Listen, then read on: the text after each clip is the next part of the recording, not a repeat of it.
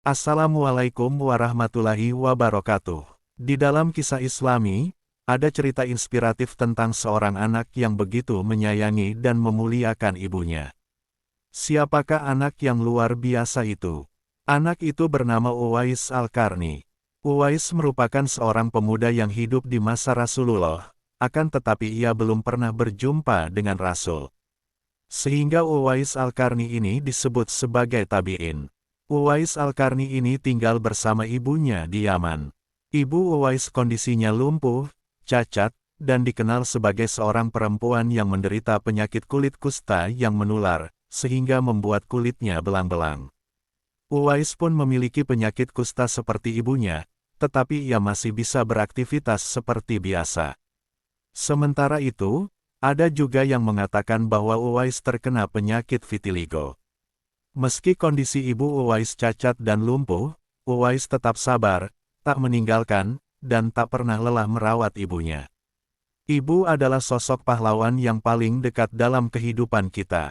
Ia mengandung kita dengan kondisi lemah dan nyeri yang bertubi-tubi. Belum saat ia melahirkan kita, nyawa adalah taruhannya. Ya, seorang ibu adalah sosok yang paling berjasa bagi kita, anaknya.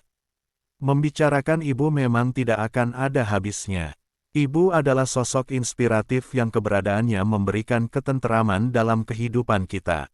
Meski kondisi ibu Uwais cacat dan lumpuh, Uwais tetap sabar, tak meninggalkan, dan tak pernah lelah merawat ibunya. Karena rasa sayang dan cintanya kepada sang ibu, segala permintaan sang ibu dikerjakan oleh Uwais Al-Qarni. Namun, hanya satu permintaan sang ibu yang sulit dikerjakan oleh Uwais, yaitu saat sang ibu meminta menunaikan ibadah haji. Anakku, mungkin ibu tak lama lagi akan bersamamu. Ikhtiarkan agar ibu dapat mengerjakan haji, pinta sang ibu kepada Uwais. Mendengar permintaan perempuan yang disayanginya itu, Uwais lalu termenung. Ia bingung karena perjalanan menuju Yaman menuju Mekah begitu jauh. Sementara Uwais dan ibunya bukanlah dari keluarga yang kaya raya. Bahkan, mereka tidak memiliki kendaraan seperti unta untuk digunakan dalam perjalanan. Lalu, bagaimana Uwais membawa ibunya menunaikan ibadah haji?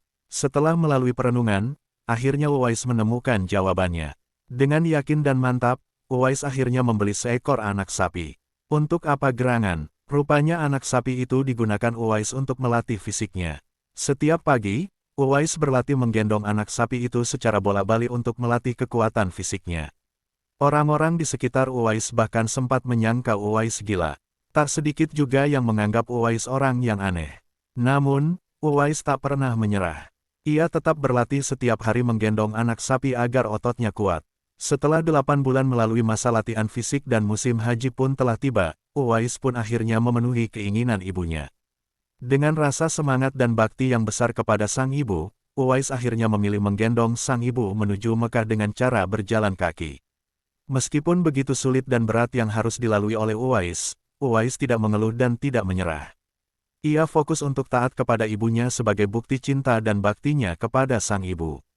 Bahkan kisah Uwais ini sangat menginspirasi bagi setiap ibu dan anak dimanapun. Bahkan, kisah ini pun disampaikan oleh Rasulullah. Setelah melalui perjalanan yang panjang dan melelahkan, Uwais dan ibunya akhirnya sampai di kota Mekah. Mereka berdua pun kemudian menunaikan ibadah haji bersama. Begitu bahagianya ibu Uwais akhirnya bisa melihat Baitullah. Ibu Uwais bercucuran air mata saking terharunya. Sambil menggendong ibunya wukuf di Ka'bah, Uwais pun lalu berdoa. Doa Uwais ini sungguh menggetarkan sampai Allah pun menurunkan karunia kepada Uwais dan ibunya. Ya Allah, ampuni semua dosa ibu, pinta Uwais. Mendengar doa Uwais tersebut sang ibu pun bertanya-tanya. Lalu, bagaimana dengan dosamu? Tanya sang ibu keheranan. Uwais kemudian menjawab, dengan terampuninya dosa ibu, maka ibu akan masuk surga. Cukuplah ridha dari ibu yang akan membawaku ke dalam surga. Mendengar jawaban Uwais yang tulus, seketika Allah pun memberikan karunia untuk Uwais dan ibunya. Doa tulus sepenuh hati dari Uwais dan cinta kasih dari ibunya akhirnya membuat Uwais sembuh dari penyakit kusta. Hingga yang tersisa hanyalah bulatan putih sebesar 2 dirham di tengkuk Uwais. Ada juga yang mengatakan bahwa bulatan putih itu berada di lengan Uwais. Meskipun Rasulullah belum pernah bertemu dengan Uwais. Dan Uwais pun belum pernah berjumpa dengan Rasulullah. Ternyata, sosok Uwais ini sempat diceritakan oleh Rasulullah, hingga membuat Umar bin Khattab dan Ali bin Abi Thalib penasaran. Rasul pernah berpesan kepada Umar bin Khattab dan Ali bin Abi Thalib, di zaman kamu nanti akan lahir seorang manusia yang doanya sangat makbul.